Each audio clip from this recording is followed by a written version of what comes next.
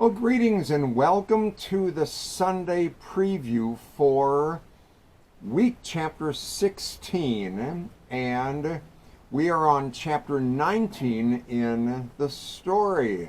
I'm Eric Burtness from Zion Lutheran Church, coming to you from my office.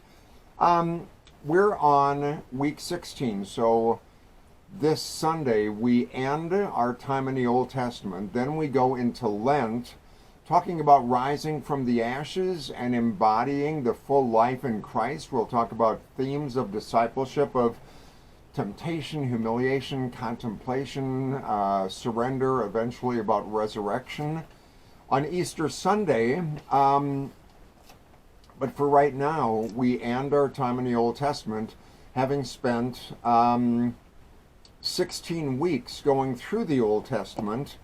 And we're on chapter 19, the return home.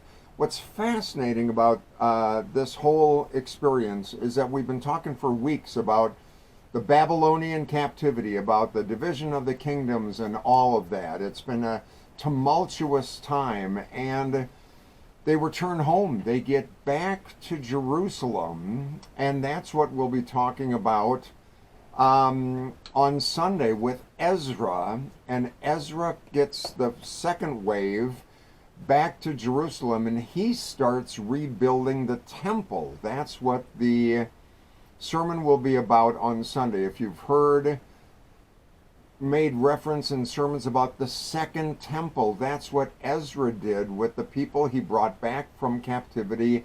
They started rebuilding the temple after the first temple was built by Solomon, that then was destroyed when wicked King Nebuchadnezzar invaded Jerusalem, broke it down, stole all kinds of stuff, and brought much of their relics and gold and precious everything into captivity, stole it from them. So now Ezra goes back, we'll talk about on Sunday, and starts to rebuild the temple, the second temple. So it's a fascinating time.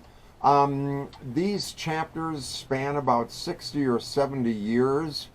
After Zerubbabel led the first wave of the deportees from the Babylonian captivity back to Jerusalem, thousands of them actually carrying many of the treasures, since the king there, King Darius's heart was warm toward the people of Israel who were in captivity.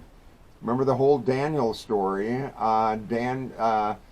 Darius's heart was warm toward them, so he sends many of the artifacts and relics and gold and everything with Zerubbabel and Ezra back to Jerusalem. It's a massive turn of events, like a conversion of Nineveh with Jonah. He gets his heart warm toward God.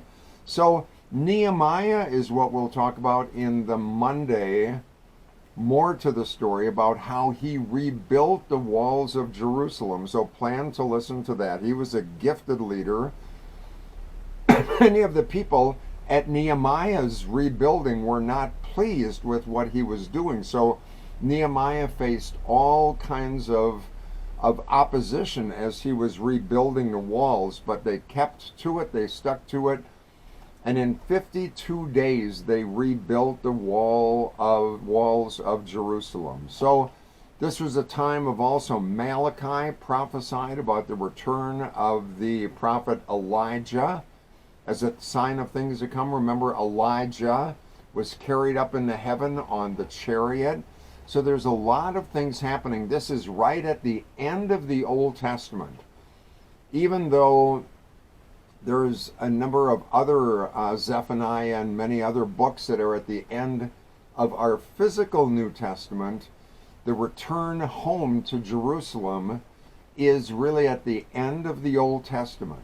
Nehemiah rebuilds in the year 444 BC, and then we begin the 400 silent years, the intertestamental time, which will be the focus of the sermon the week after Easter on April 16th. So We have a lot of things coming up as we close out this time of the Old Testament, preparing in Lent for. We have a full schedule during Lent. Ash Wednesday, Wednesday services, first-person portrayals of people at the cross. It's going to be an important time of worship, and I'm so glad you're joining us in these videos. And come on Wednesdays and on Sundays. You really get the whole full picture of what the Christ event really means for us personally. And then right after Easter, we'll get into the New Testament, and that will be wonderful. I look forward to this time with you. Until I see you again at church or with you listening online to the service, and then on Monday for There's More to the Story, you take care, and I'll see you soon. Bye-bye.